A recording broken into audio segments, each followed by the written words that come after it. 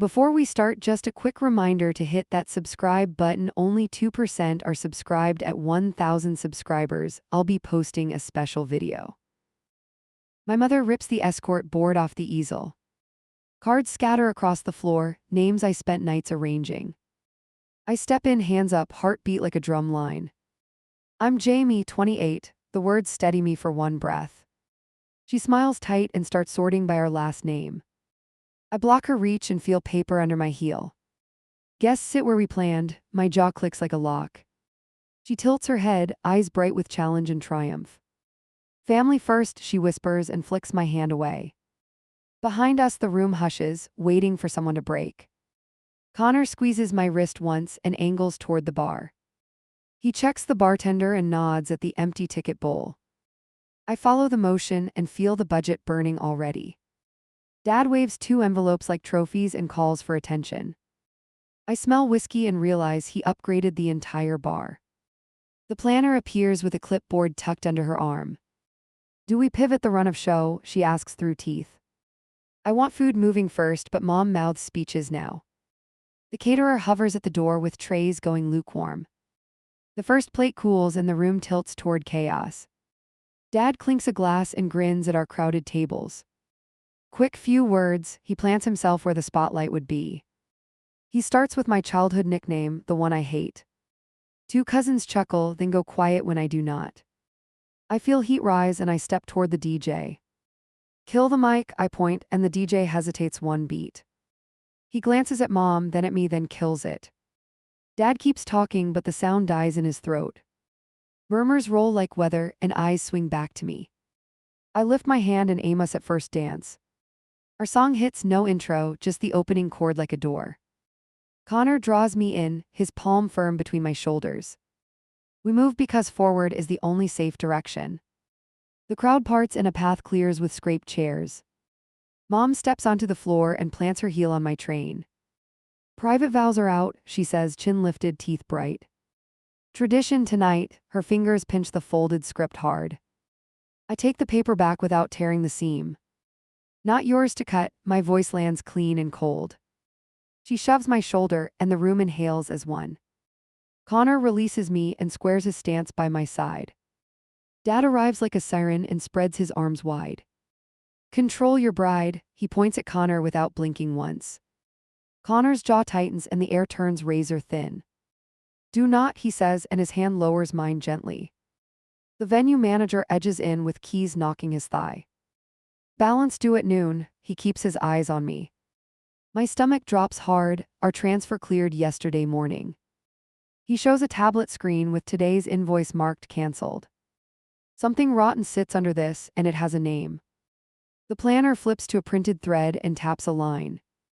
Emails rerouted through an address that matches Dad's company.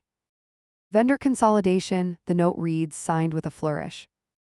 The wires never landed, and favors are holding the night. A server passes, waiting for a signal that never comes. I pull Dad toward the coat rack where no one lingers. Did you change our contracts? My throat barely moves air. He grins like a man unveiling fireworks and salvation. Saved you from scammers, he says and pats my arm. Upgrades coming, he adds, and my skin goes cold. The lights flicker and cut, then emergency strips hum alive. The DJ curses into darkness, then points at a tripped breaker. Manager looks at me again, no power without a card. Mom laughs and the sound skates over every table. Connor pulls his wallet and holds out his hand. Run the lot, he keeps his eyes on mine. The manager hesitates, then takes the card and jogs. Mom's smile curdles and she calls me ungrateful again. I lift the wireless mic and feel metal under plastic. Program continues, I announce, and the room steadies halfway. The band leader checks me with a nod and cues drums. Our friends cheer because action beats waiting and whispers. I grip Connor's fingers and start the steps we practiced. Mom starts forward again, but 2 ushers form a wall. She freezes, then turns that fury straight back to me. Apologize to your father, she taps her chest twice. He saved this wedding, her voice cuts through the music. I stare 1 second and taste copper on my tongue. Not tonight, I tell her and point at the doors. Security shifts closer, and the crowd stops dancing mid-beat. The officiant appears near the stage with a creased binder. "Your call on custom vows," he whispers, eyes locked. I look at Connor and see the life we promised. He nods once and we choose our words over theirs. I turn back to the mic and face my family. We proceed as planned. I lift the binder and hold. No substitutions, no speeches until dinner has been served. A cheer breaks, not loud but enough to move feet. Mom folds her arms and sits at the edge seat. Dad swallows a drink and watches like a loaded trap. The lights surge back and bathe everything in sharp clarity. The manager returns with the receipt and a clipped thank you. He gives me a look that reads, "I saw that." I sign quickly and hand the pen back with shaking fingers. "Ceremony now," I tell the band, and the first chord rises. We take our place under the arch we kept simple by choice. The officiant lifts his page, and the crowd hushes to listen. I see my mother lean toward my aunt with a whisper. My aunt flinches and her eyes flick to my phone. Something else is coming, and it is already moving. My phone buzzes on the lectern, unknown number, then a second ping. The officiant glances up, hands steady on the page. I flip the screen over, but banners keep stacking. Connor's brow lifts. "Do you need to check that?" I shake my head and grip the binder harder. The entrance doors crack open, and a hush ripples forward. My mother slips in with a suited stranger at her shoulder. "Authorized clergy," she announces, chin high, eyes glittering. Our officiant doesn't move, license held at chest level. "Ceremony is underway," he says, voice firm but careful. A chime blasts from the speakers and cuts him off. A slideshow blooms on the projector with a canned jingle. Kid clips I never approved flash across stunned faces. Laughter bubbles, confused first, then mean as knives. I step off the riser and head for the booth. The DJ reaches for a fader, but Dad beats him there. "Play it through," he blocks the board with a casual elbow. I slide in close, eyes on the mute switch. Not part of our program, my finger finds the button. The hall quiets and the stranger in a collar frowns. My brother appears at Dad's flank, jaw tight, sleeves rolled. "Move," he plants a palm on the console edge. Dad smirks and shrugs, a theatrical little shrug. I stare at my brother until he plants his feet wider. Dad takes his hand off the controls and steps back. The venue rep hustles down the aisle with a tablet. "Delivery on hold," she whispers, breath short, eyes wide. "Florist wants cash before leaving anything on stands." Connor signals me, "Handle the vows, I'll cover payment." He heads for the side door, stride even, shoulders set. The officiant refocuses, voice calm, gaze anchored on us. "Let us continue." He turns a fresh page and waits. "Objection," my mother rises without being asked once. She points at the stranger like a judge calling court. "Recognize proper authority or this is pretend theater." "Sit down," my aunt hisses, fingers hooked around her wrist. The stranger lifts a folder and clears his throat twice. "No service here without permission from the couple." He meets my eyes and lowers the folder slowly. My mother's mouth tightens, then flattens into something dangerous. The projector blinks back on and shows a text thread. My number sits at the top, but the words aren't mine. A fake confession scrolls, cheap and vicious and detailed. Gasps skid across the room like drop trays. I raise my phone and screenshot for later evidence. "End the feed now." The coordinator appears from nowhere, cheeks pale. She yanks a cable and kills the projection mid-line. I nod once, stronger now because the slime is visible. "Vows," I tell the officiant, voice level, spine straight. He opens his hands and invites the first lines forward. "Speak now," he breathes the tradition, quiet and steady. Mom stands again, faster this time, face flushed with triumph. "Then I object." She points at Connor's pocket and smirks. A man steps from the aisle with a brown envelope. "Service of notice," he announces and holds it toward Connor. Connor returns from the side door and stops dead. He takes the envelope and holds it to the light. "Notarized," the man adds and backs away like smoke. I reach for the flap, but Connor peels it himself. Pages fall out and flutter at our feet like bait. "Defamation claim," Connor says, eyes cutting to my parents. Dad lifts a brow as if bored by weather. I squat, scan the header and catch two wrong spellings. Trash, I whisper and slide the stack to the rep. Lock it up, she nods, already dialing for security. Rings, the efficient brings us back like a steady drum. Best man presents the box, thumb pressed against the hinge. I flick it open and see foam and nothing. My stomach turns, but I do not look away. Mom's smirk widens, and a murmur rolls like thunder. Maid of honor steps in and lifts a satin ribbon. 2 thin bands loop tight, saved for rehearsal nerves. She holds my gaze, use them, and I nod once hard. We take the stand-ins without ceremony or flourish. The room exhales, but only a little, like it's waiting. I start my promise, voice low, cadence clear and clipped.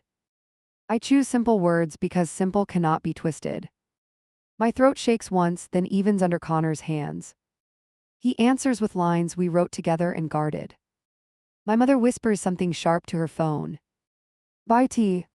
He power vested, the efficient stops mid-phrase. The venue rep appears again, face tight, tablet raised high. County portal shows a hold on your license right now. Silence lands heavy enough to press my shoulders down. I feel everyone lean toward the answer I cannot give. The efficient taps his device and frowns at the screen. Clerical review, he says, eyes dark, voice still calm. My mother claps once and looks to the stranger. He steps forward like it's his cue and opens a folder. Authorize me and we proceed clean, he offers, too smooth. I look at Connor and see a mirror of my resolve.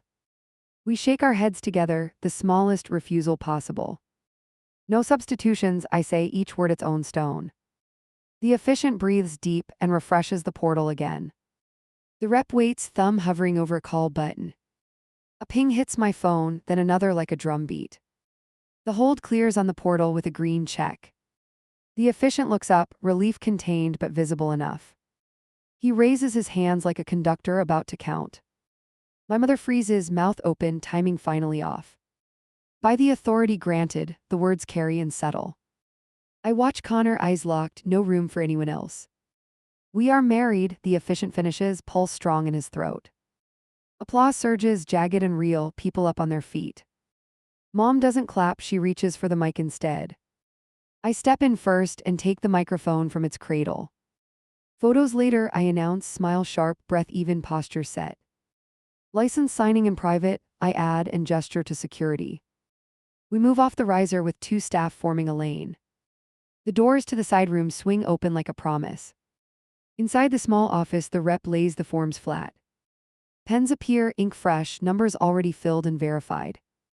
Connor signs, then passes me the line with a tap. I sign and keep my hand steady to the end. The knob clicks behind us, and someone tries it twice. A low thud hits the door like a shoulder check. Let us witness, my mother calls through the wood. The rep shakes her head and signals 2 guards closer. I slide the license back into the folder and breathe.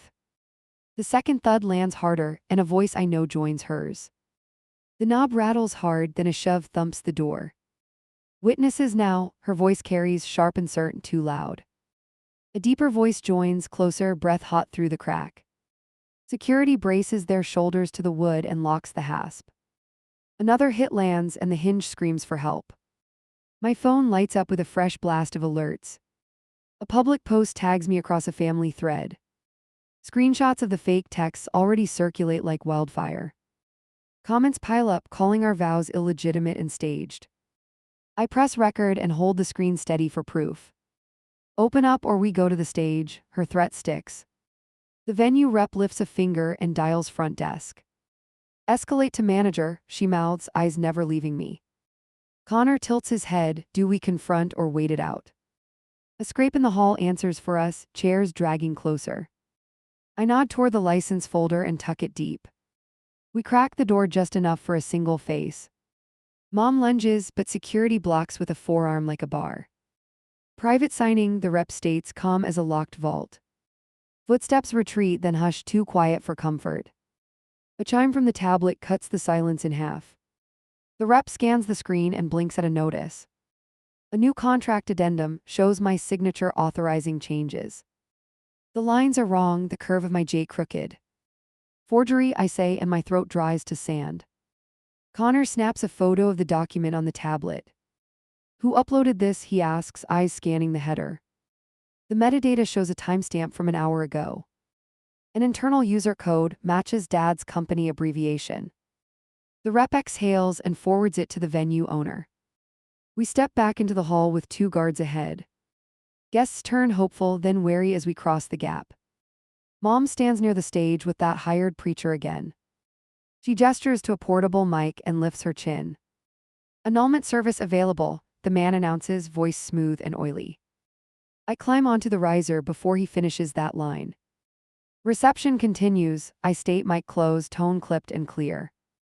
"Unauthorized rituals will not proceed," I add, palm open for emphasis. A few uncles shift like they might test me anyway.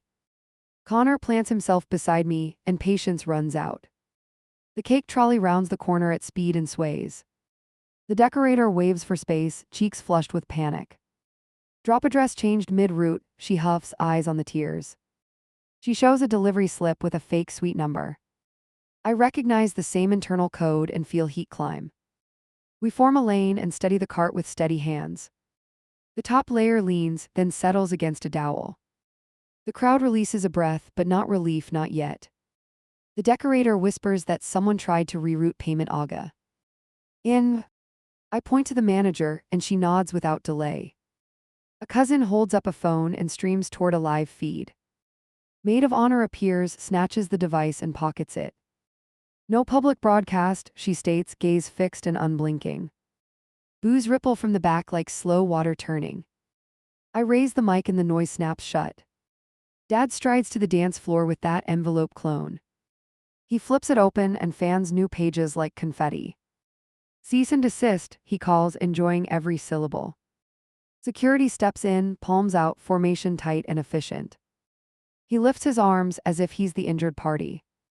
The venue owner arrives with 2 officers at her side. She nods to me first, then scans the restless crowd. "Forgery reported," she states and points toward my parents. Mom's smile flickers for the first time all night. The preacher inches backward, eyes on the nearest exit. "Choose celebrate or leave," I tell the room into the mic. Applause pops from friends, crisp and decisive, a sudden wave. Relatives hesitate, then split along the center aisle slowly. Half return to tables and lift glasses with relief. Half cluster around my parents like a small storm building. An officer asks for the forged document origin with care. The owner shows the metadata and the company code. Dad laughs once and calls it a misunderstanding, not crime. The officer's pen pauses midair, then keeps moving again. I feel a line harden between us like glass. The band punches a groove to reclaim the space now. Guests fill the floor, grateful to shift into motion. I move among them, thanking staff, checking the edges. The energy lifts, but my phone vibrates nonstop. New accounts DM threats and the names look purchased. Connor touches my shoulder and tips his chin at the doors. 2 strangers argue with the check-in desk about a block. They claim VIP access and a private suite upstairs. The owner verifies IDs and finds nothing in the system. The strangers point at my parents, who wave like patrons. "Escort them out," the owner says, voice steady as steel. Security guides the strangers toward the lot without struggle. Mom yells that we are banning family and generosity. Her words fall flat under the drumbeat and clapping hands. Then her phone lights and she looks genuinely alarmed. The county clerk herself steps into the hall with purpose. She carries a slim folder and an official badge lanyard. "License verified," she announces, eyes passing over our group. She adds that a complaint was filed from this venue. She asks to speak privately regarding attempted interference tonight. We meet by the side corridor with the door ajar. The clerk sets down a copy of the portal log. Multiple attempts to flag our file came from one IP. The address traces to Dad's office network downtown. The clerk records my statement while the band keeps playing. I return to the floor with a burn that isn't heat. Connor squeezes my hand once, then lifts his chin at me. We pivot to toasts before anyone can restart drama. Maid of honor raises her glass and keeps it tight. Her last line lands like a shield we can stand behind. Dad reaches for a mic again and finds it dead. The DJ has locked channels with a password we share. He mouths an insult and points, then shrugs dramatically. An officer angles closer and taps his wrist with a note. Trespass warning if he disrupts the program one more time. I cue the first dance for everyone to join in. Feet move, voices rise, plates finally leave the kitchen. The room warms with momentum that resists sabotage now. Then a server rushes up with eyes wide as alarms. Bathroom, she whispers, you need to see what's happening in there. I push through dancers and cut toward the hallway. The server leads fast, glancing back to check my pace. We hit the bathroom door and hear muffled shouting. A stall rattles hard and someone curses through clenched teeth. I step inside and catch a bridesmaid bracing the lock. Water floods under the divider in a steady sheet. Valve S broken, she grunts, shoulder to the metal edge. A phone on the counter records, red dot blinking. I yank the main handle under the sink and twist. Nothing slows, the stream keeps rising toward our shoes. Another guest grabs towels and starts damming the gap. Her face is set, focused, furious, already soaked. Cut water from the hallway, the server urges me. I sprint back out and scan for the shut-off panel. A small key hangs on a hook near the exit. I turn it and hear pipes groan with pressure, then silence.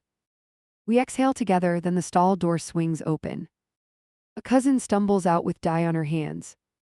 She stares at the mess like it arrived by magic. Her wrist flicks guiltily as she tries wiping the sink. Stop, my voice lands hard and leaves no space. The dye streaks match the color of our cake flowers. I take a quick picture before anyone can scrub. The bridesmaid nods, understanding the stakes immediately. Why? From the hall a chant starts, soft, taunting, insistent. I hear my childhood nickname stretched into a jeer. The sound crawls closer, bold now that doors hide us. I pocket the evidence and motion everyone out fast. We emerge to find two teens with streamer cannons. One points at the bathroom and winks at someone unseen. Private area, I tell them, planting myself in their path. They smirk, then spin away when security rounds the corner. Connor appears at the corridor mouth, breath even but tight. He clocks the dye on my wrists and stiffens. Damage control first, I say, pulling him beside me. We move toward the kitchen where the decorator waits. She holds a spare ribbon with stained fingertips and trembles. The top-tier feed vanished, she whispers, eyes on the floor. A delivery driver confirms a pickup under our reservation. I feel the click, another reroute push through a fake note. Freeze all transfers, I tell the owner approaching fast. She signals her accountant and dispatches a runner. The driver shows a photo of the pickup signature. It is my mother's name in a neat practice curve. We pivot to the ballroom before rumors outrun us. The band fades as I step onto the edge of space. Quick update, I call, steady and crisp and unshaken. Dessert will be late, dancing continues, bar stays open. Applause rises and breaks apart when the doors burst. My father strides in with 3 relatives and a banner. Family toast, he shouts, lifting a crystal flute high. 2 officers step forward as the owner raises a palm. He tosses the banner toward the stage, then grins. The cloth unfurls a slogan calling our marriage void. Gasps snap around me like snapped cords in brittle wire. I nod to the DJ, who floods the room with beat. Music hits and bodies shift with grateful urgency. Dad keeps shouting, but the sound drowns under percussion. The officers motion him to the side for a talk. He follows, rolling his eyes, already plotting his next move. Maid of honor tugs my elbow toward a corner table. She unlocks a spare phone loaded with screen captures. A group chat shows tonight's sabotage mapped like a schedule. Usernames match the IP trail the clerk flagged earlier. Forward everything to the owner and the clerk now. She taps send, jaw tense, patience gone, eyes blazing. I breathe once and feel the burn cool into strategy. Connor joins us with a determined look and 2 glasses. A scream spikes from the hallway near the coat check. We run and find a guest shaking, dress torn at hem. She points at a pile of personal bags sliced open. Wallets emptied, invites scattered, favors stomped into dust. Security isolates the area and seals the side exit. The owner checks the cameras and curses under her breath. Footage loop injected, she reports, scanning a frozen feed. A tiny square in the corner shows a live timestamp. I lean closer and spot a familiar ring on a hand. The hand rips a zipper, then points at the lens. The finger traces a heart in the air like a dare. The motion is hers, unmistakable, deliberate, smiling at danger. The officers return as the band rides a cover. I hand them the new captures and the die photo. They nod and mark the timeline with practice speed. Their sergeant requests a quiet room for interviews now. We split responsibilities like a drill we never practiced. Connor handles the vendor floor with the planner shadowing him.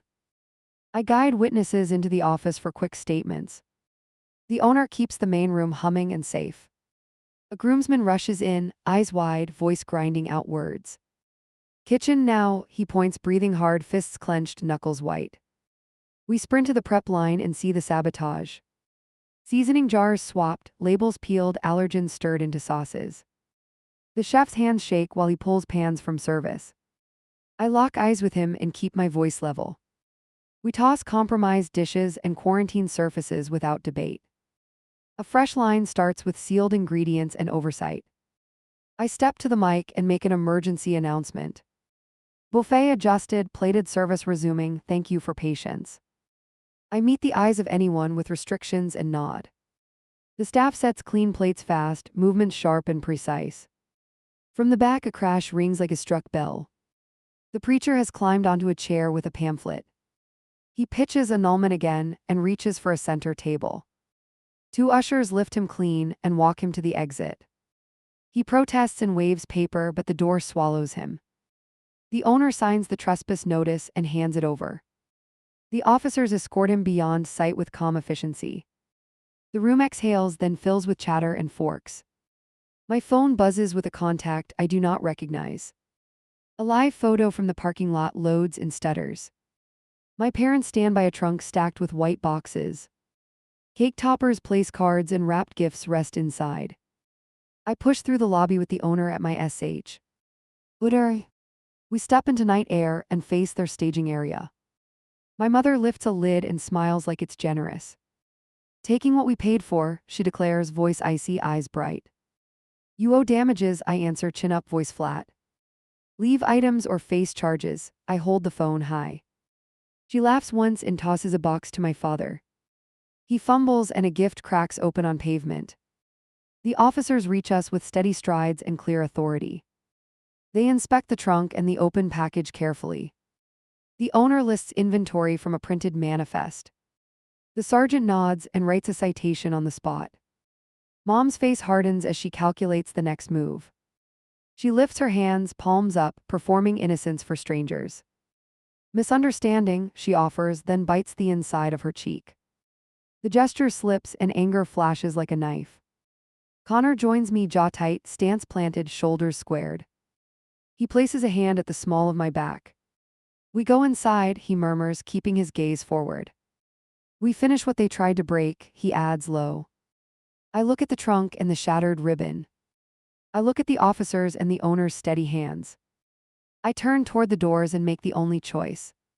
We will host our night while the reports get written for now. We push through the doors and step straight into motion. I grab the mic and cue dinner without ceremony. Staff rolls out plates like a drill team on time. Applause rises, brief and fierce, then settles into watchfulness. I scan the room and wait for the next hit. The photographer barrels toward me with empty hands. Cards are gone, she pats her vest like pockets vanished. Second shooter shakes his head and holds a dead camera. My stomach hardens, we seal exits to a controlled flow. Search quietly, I tell the owner, and she nods once. I check trash cans fast, lifting lids and glancing hard. Nothing but napkins and damp confetti clumps. A centerpiece tilts wrong near the head table. Inside the base I find two cracked plastic cases. I hold them up, wet pride, fingerprints smeared across edges.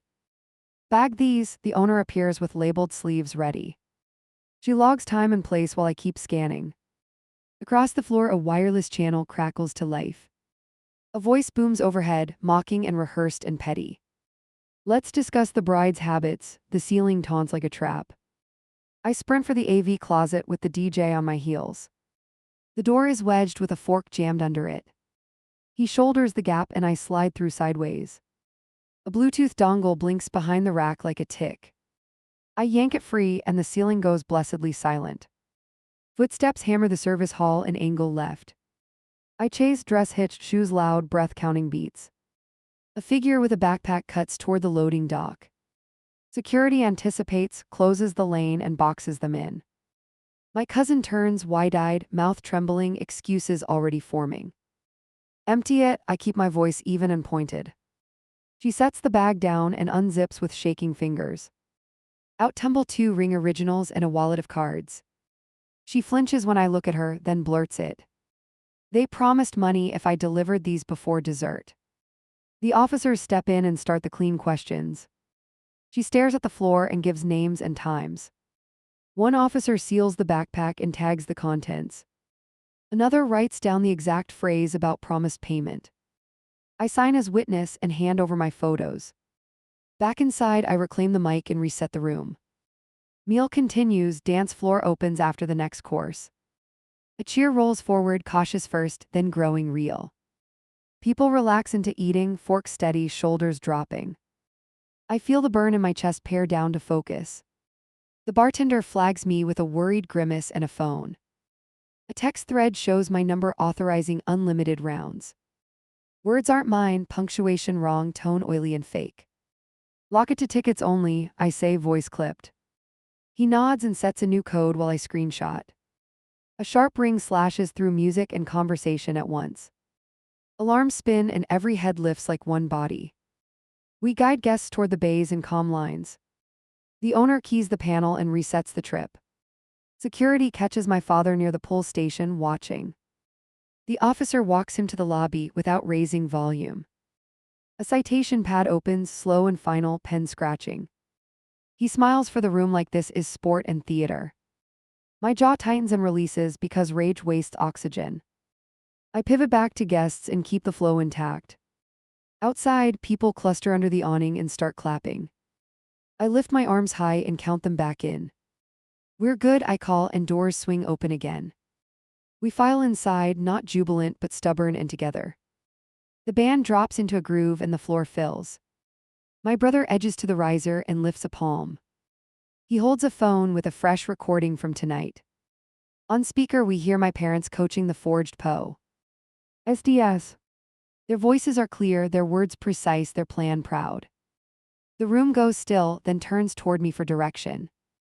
I don't gloat, I don't break, I breathe and point. Authorities have this, I tell the crowd, tone steady. Enjoy the meal, we handle the rest. 2 uncles switch sides and join our table line. Aunties drag chairs away from my parents like anchors moving. They try to surge forward and reclaim the narrative. Officers step between, hands open, stances calm and firm. The owner signs another warning and passes it over. My mother's eyes glitter, then narrow into something colder. She backs up, but only to plan the next blow. The DJ's laptop freezes, then mirrors a login prompt. He taps a code and nothing moves or blinks. A message flashes demanding payment to release the set. I lean in and pull his spare drive from the drawer. We boot the backup and roll the playlist without fanfare. The chef signals me from the doorway with urgency. He shows me sealed pans ready for a safe course. We greenlight serving with runners and clear directions. Guests start eating again, grateful for simple action. Wine pours, but in measured hands, not open taps. The venue accountant waves from the hall with a printout. A bank alert shows attempted reversals on vendor payments. All flagged under a company account linked to my father. We authorize holds and freeze channels until morning. The accountant photographs the screen and calls their fraud team. During the lull, I start the first group dance call. Friends flood the floor and pull shy folks into circles. Laughter cracks through the tension and keeps people moving. I dance for one full song and let sweat clear thought. Then another server darts in with eyes huge and shining. Limo driver at the dock claims he has your bags. I feel the pivot hit hard and speak without delay. Do not release anything, I tell her, already walking. Connor matches pace and motions for security to shadow us. We reach the loading door and see a man waving papers. Signature for the honeymoon transfer, he chirps, smile tight. He points to a clipboard with our names typed wrong. Connor tilts his head and stalls him with a question. Security circles behind and checks his plates with the desk. The system shows no booking, no dispatch, no contract. Leave the property now, the owner instructs with ice. He retreats fast, mouth working, eyes darting for allies. I text the clerk and attach the photo of forms. She replies with a short note and a case number. The man's car pulls away, but not far, just lingering. We return to the ballroom and lift the energy again. I cue the bouquet toss and keep it sharp and quick. Gloves off, sleeves rolled, people press in and holler. The flowers arc and land in a friend's amazed hands. For one breath, the night feels hours again, hours. My phone lights with a banking push I cannot ignore. Attempts on our joint card at nearby stores keep stacking. I duck into the office and call the emergency line. Fraud locks both cards and sends confirmation codes. I exhale, then hear footsteps stop right outside the door. The knob turns slow, testing, then turns the other way. A shadow slides across the frosted pane and disappears. I open fast and look both directions down the hall. Empty now, but a soft laugh floats from the stairwell. I pocket the phone and head back toward our people. We cut the cake with the decorator guarding the table. She swaps in the salvage top from her spare kit.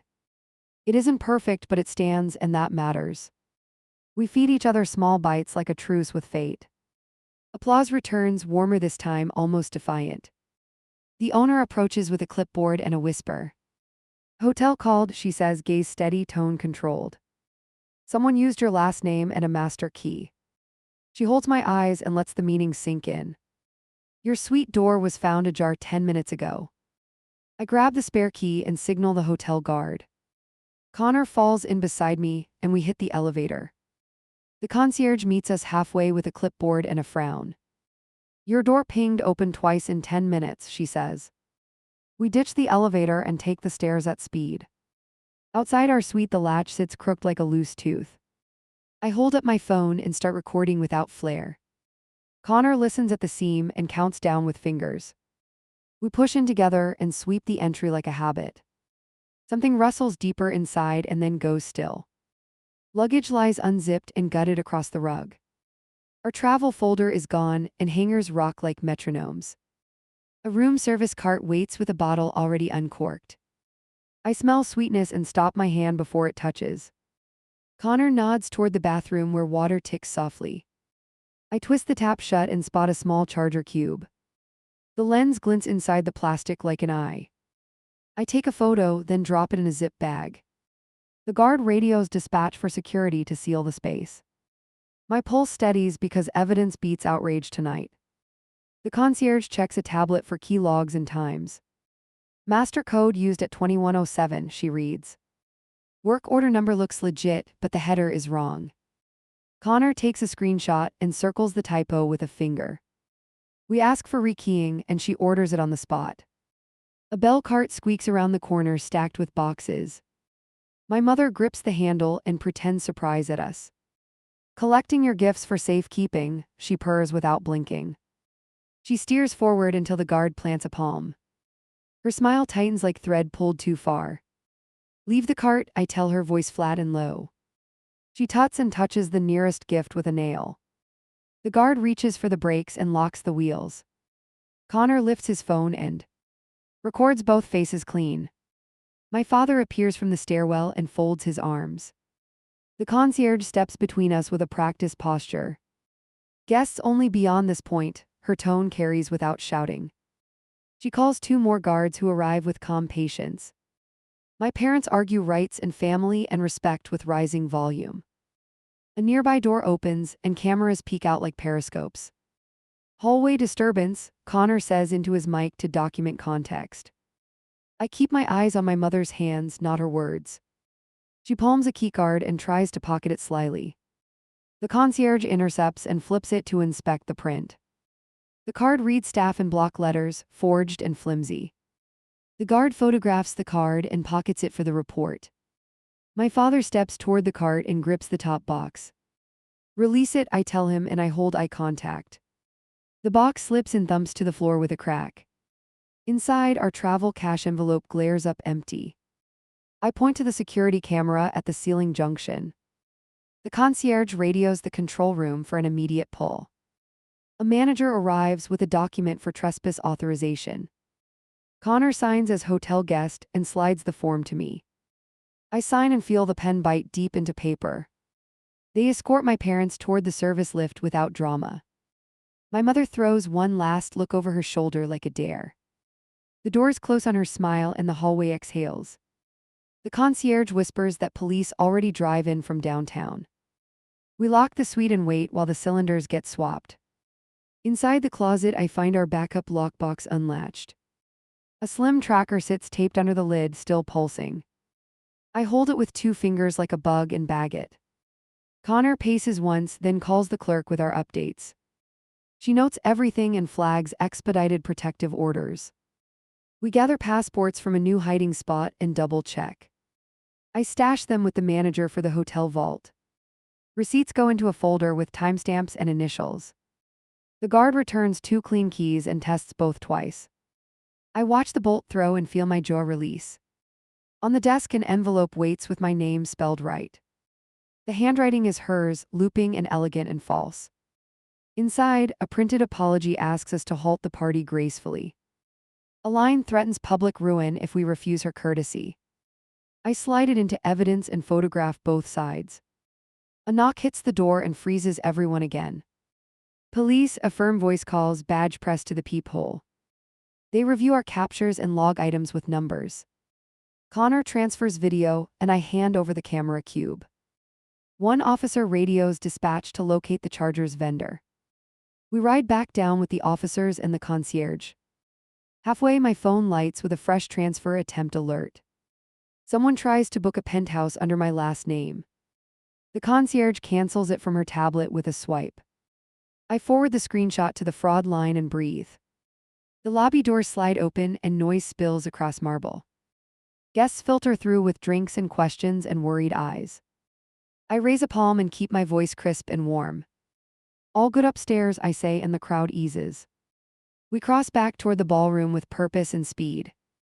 Near the coat desk, a cousin freezes when she spots me. Her grip tightens on 2 hotel key folders and a list. I hold out my hand and wait without speaking.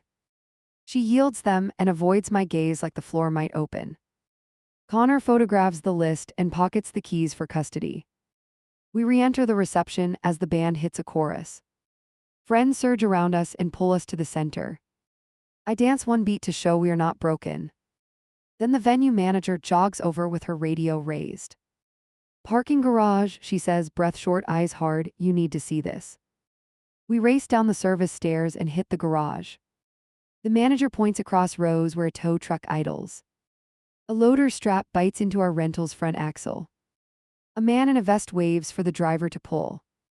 I step between them and raise my phone to record. "Ticketed vehicle," the driver mutters and reaches for the lever. Connor plants a foot on the metal rail and glares.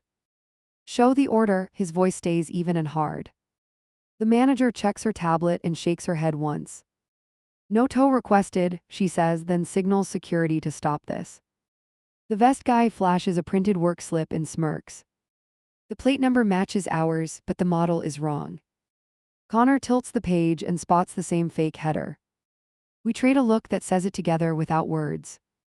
Mom's network again, pushing chaos into our wheels. I crouch and find a small puck on the frame. It hums against my fingers and blinks every 2 seconds. Another tracker sneaked onto our car during the reception. I bag it and snap a photo with the time. The driver swallows and pretends he didn't notice anything. A sedan rolls up fast and parks nose to nose. 2 teens jump out and start yanking. Door handles. "Back away from the vehicles," security warns with steady calm. One teen flicks a pocket tool and laughs too loudly. Connor steps forward, but the officers arrive at a run. The officers separate the teens and call in their names. One shakes, then spills a script about paid errands. He shows a cash app with a profile labeled Aunt. The avatar is my mother's favorite headshot, cropped tight. The garage goes quiet enough to hear tires cooling. I unlock the trunk and check our travel stash quickly. Hard case inside, seal broken, contents shuffled and messy. Custom tags for our luggage, lined with microchips and tape. Not hours, prepared to redirect bags to a new route. The manager whistles softly, then writes down every marking. A second tow truck creeps closer like it owns the place. The operator stays inside and pretends to read a map. Connor snaps the company number and texts the clerk. She replies fast with a simple line not contracted. Security blocks the ramp and radios the front desk. We hear shoes slapping concrete, then a familiar cadence. My mother emerges from a stairwell with two relatives. She claps once and smiles at the officers like friends. "Let them clear the lane," she says, chin lifted and steady. I raise the tracker bag and hold it up to her eyes. She blinks slow and shrugs like the weather just shifted. "Lost property tools," she coos, not quite looking at me. "Escort her out," the manager tells security without ceremony. My mother's laugh echoes off concrete and dies on steel. She points at our trunk and whispers something to a cousin. The cousin bolts toward the exit ramp and meets a badge. An officer pivots, catches her arm, and collects the tool. She sags, then nods, then starts talking about group chats. Names tumble out with timestamps and pick up spots and codes. I breathe through the buzz in my ears and keep filming. The driver from the first truck kills the engine finally. He lifts both hands and asks where to put the slip. On the ground, Connor answers with a level stare. The paper flutters down and lands by my shoe. I photograph it and the odometer side by side. I check our brake lights with a quick press and release. The pedal sinks too far and comes back slow. Cold hits my spine like a hand from nowhere. "Do not move this car," I tell Connor without blinking. He nods, already waving a tech over for inspection. The tech slides under with a lamp and curses once. A line shows a fresh nick glistening where it shouldn't. He pinches it with cloth and holds pressure until help comes. I taste metal and step back to keep my balance. The officer radios for vehicle forensics on the spot. My father arrives pacing quick, then stops beyond the tape. He watches the tow trucks and frowns like a disappointed coach. "Leave the garage," I call, voice steady and aimed true. He lifts a palm like peace and mouths a practiced apology. An officer gestures him toward the elevator with measured patience. The manager's phone pings and she raises an eyebrow. Garage cameras caught earlier footage of gift boxes loaded. The license plate on the car doing it is cloned. One number reversed, one letter replaced, everything slippery. She prints the still and hands it to the officers. Connor squeezes my shoulder once, then points toward the ramp. Guests have wandered down, drawn by rumor and siren lights. I step over and lift both hands for calm. Reception continues upstairs, I tell them with a clear voice. "We are safe, we have officers, we will finish." A door slams near the stair tower and a shadow sprints. The taller officer gives chase with long strides and purpose. The runner cuts left and tries for the emergency exit. The bar catches him mid-swing and he bounces back. Security piles in and the struggle ends with cuffs. They pull a slim lockout tool and a bag of chips. Not snacks, data chips labeled with our seating chart names. He looks down and stops pretending, shoulders collapsing a little. Another officer reads a message on the chips with gear. The label pings a printer upstairs in the AV closet. "Secure that closet now," the manager says into her radio. I meet Connor's eyes and see the next necessary move. We climb the stairs with two guards pacing our steps. My dress catches, I wrench free, I keep moving. The party will not starve while they carve at our night. On the landing, my phone lights with a call from the clerk. "Hold tight," she says, tone brisk, words clipped and direct. A warrant number follows by text with the judge's name. She tells me officers can seize devices tied to tonight. I forward it to the manager and pick up speed. We reach the ballroom doors and hear music still rolling. Guests cheer when they see us coming back intact. I raise the mic and speak with a steady cadence. "Dance, eat, enjoy, we are handling downstairs with law." Applause builds like a wave we can finally surf. The band swells ND, the floor swallows most attention. I motion the officers toward the AV closet quietly. They cut a zip seal and log the contents carefully. Inside sits a small printer spitting label after label. Each label matches a gift tag and a bank tag. I feel the last illusion break in my chest. Not sadness, precision, cold choices lined up like steps. I look at Connor and he nods before I ask. We walk to the head table and lift our glasses. New rule, I announce, and the room leans in closer. Anyone weaponizing tonight leaves now, no speeches, no scene. The owner points toward the lobby with 2 staff ready. 3 relatives stand, faces blank, and start for the door. My parents hover, undecided, measuring angles and witnesses. The officers watch without flinching and make notes in silence. Connor slides his hand into mine and squeezes twice. We count backwards from 5 like we planned during storms. The band drops into a groove that demands dancing feet. Our friends answer first, then the whole room follows them. The beat takes hold and the garage fades for a moment. I step off the riser and cut a path left. 2 cops hold a cart stacked with seized electronics. A small printer whirs inside a bin and spits labels. Each label pairs a guest name with a bank handle, fresh bait. Bag those, I tell the nearest tech with clipped comm. He nods and seals the bin with numbered tape. Connor scans the serials with his phone for our file. The tech reads back the digits and the chain tightens. A waiter hustles over with sweat on his brow. Fire door alarm, stairwell 3, he pants, hand on the rail. I wave 2 guards to flank and we jog. Metal clatters below us and a shadow darts right fast. We corner the landing and catch a cousin mid-swipe. Her thumb holds a stack of guest cards like trophies. Put them down, I say, palm out, 0 tremor. She drops everything, cards scattering like trapped birds. An officer gathers the pile and counts under breath. 5 premium drink chips, 3 meal vouchers, 1 key folder. I film the retrieval and call out date and time. The officer nods and shame burns hot in the stairwell. Back in the hall, the band holds a driving groove.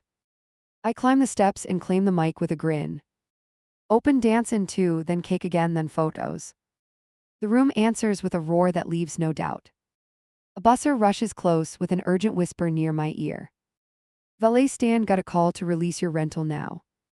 I pivot on instinct and point to the garage desk. Release nothing until I arrive, I say and move. At the stand, a man in a blazer waits, pen poised. He pushes a form across the counter and smiles wide. Authorized pickup, he chirps, eyes sliding toward the elevator. I slide the paper back and start reading slowly.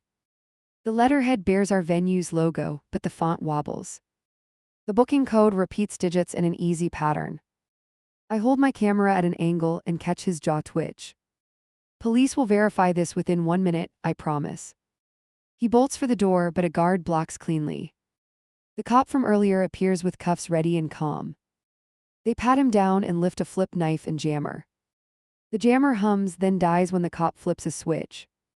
We return upstairs and find the planner waving me over. The florist asked about a final sign-off downstairs, she murmurs. She shows a text thread requesting the loading dock key. I squint at the contact and wiggle a finger, spoofed. We head to the dock with a pair of ushers trailing. A van idles with doors open and crates stacked deep. A young driver lights up when he spots our approach. Moving leftovers for donation, he chirps, offering a clipboard. Hold, I say, and check the donor paperwork line by line. The charity address lists a closed building across town. Connor photographs the plate while the cop calls dispatch. The driver's grin fades and he sits down on the bumper. A shriek carries from the main room, sharp enough to cut. We sprint back and find the lights dimming in waves. The DJ points at his board and jabs a dead fader. A power strip melts at the edge like a bitten coin. I yank the backup rig from under the riser and plug it. The bandleader counts 4 and hits a tight riff. The floor lifts again as if nothing broke at all. I breathe once, slow and controlled, and let the beat hold. Mom appears by the doors with a small crew behind her. They wear matching scarves like a team uniform built cheap. She raises a phone and starts a live stream with a smile. I step into frame and hold up the officer's warrant close. Devices involved will be surrendered, I state for the feed. A hush rolls through her viewers as the badge fills screen.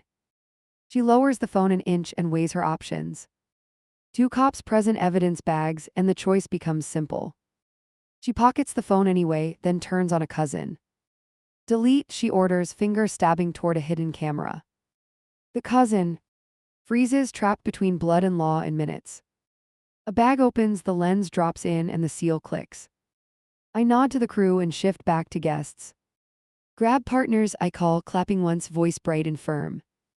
The band swings into a sing-along that drowns out whispers. Hands lift, shoulders loosen, eyes bright, the room leans in. During the chorus, the hotel manager taps my elbow twice. Lobby, she whispers, a courier brought documents for you. We meet him at the desk under the event board. He offers a stiff envelope stamped urgent like a threat. I open it with my nail and skim every line. A private investigator contract authorizes surveillance of our trip. Retainer paid, targets listed, dates matching our itinerary. The signature block bears my father's loop, then a flourish.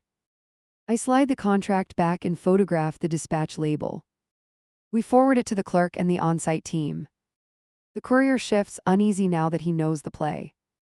The manager accepts service, and the courier walks out hollow. We return to the dance floor and switch gears on purpose. Table photos by section, I shout, breaking the crowd gently. We snake through groups with the photographer's spare camera.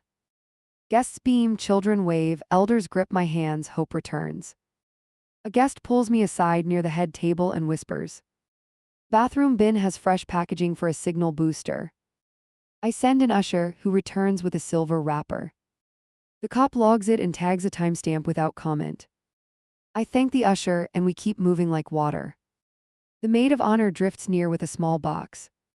Found this in a centerpiece base, she murmurs fast. Inside lies a sim puller and a reset tool. Tiny things, sharp enough to ruin accounts in seconds. We file the box and reach the final table, still standing. Friends lift their glasses and push me to the center. Speech, they chant, and I lift the mic with intent. Short words, strong bones, nothing cute, just truth and spine. Tonight was targeted, I say, eyes steady on the room. Tonight was also ours, I add, heartbeat quiet but firm. Staff protected us, friends protected us, we protected each other.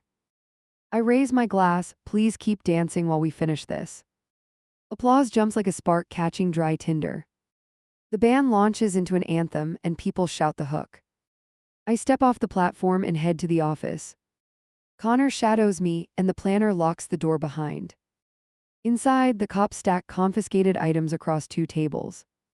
Cameras, mics, trackers, keycards, printed slips, burner phones. The sergeant points to a folder with signatures and photos. Review and confirm, he says, pen tapping, tone businesslike. We initial every line and correct 2 dates and margins. The planner adds vendor receipts and delivery logs as addenda. The hotel manager slides in and hands over door pings. Everything clicks together like teeth, ugly, perfect, undeniable. A knock rattles the frame and stiffens every shoulder. My father stands in the doorway with palms open and empty. Apology spills out in soft words and careful phrasing. I watch his eyes, not his lips, and wait. He asks for 5 minutes with only family present. I point to the sergeant and the typed warrant. Not tonight, I answer, voice steady, spine unbent. He lifts his gaze to the ceiling as if to pray. Mom appears behind him and tries a different mask. Tears gather without falling, voice pitched for the hallway. She reaches toward me with a trembling hand, tiny, practiced. I keep my hands at my sides and hold still. Return what you took, I say, words clean as glass. Repair what you damaged, I add, leaving no exit. Then we can discuss silence and distance and time. Her hand drops like a curtain, and she shows teeth. The sergeant clears the jam and escorts them down the corridor. Their footsteps fade toward the service lift like a tide. I close the office and lean once into Connor's shoulder. Not relief, resolve, cold, focused, very alive. The planner checks her watch and claps a brisk rhythm once. Grand march, she says, smiling with tired eyes and grit. We re-enter the ballroom and the DJ brings volume up. Guests form a tunnel and we sprint through laughing, defiant. At the center, I pull Connor close and breathe with him. 1 breath, 2, 3, then we spin as the crowd roars. When the song crests, I lift my hand for quiet. Last call in 20, I announce, then tap my wrist. A hotel staffer jogs over with an ice bucket and grin. Special toast, he says, producing tiny flutes for the head table. He nods toward the bar where wristbands are being checked. Controls working, lines short, faces open, we earned this. I raise my glass and scan the room for danger. None advancing, only pockets of friends and staff in motion. I taste the toast and feel my chest ease an inch. Then the clerk's number flashes again, answer now or regret. Incoming, she says, voice low and clear through. GH the line. Judge signed a temporary order to preserve records tonight.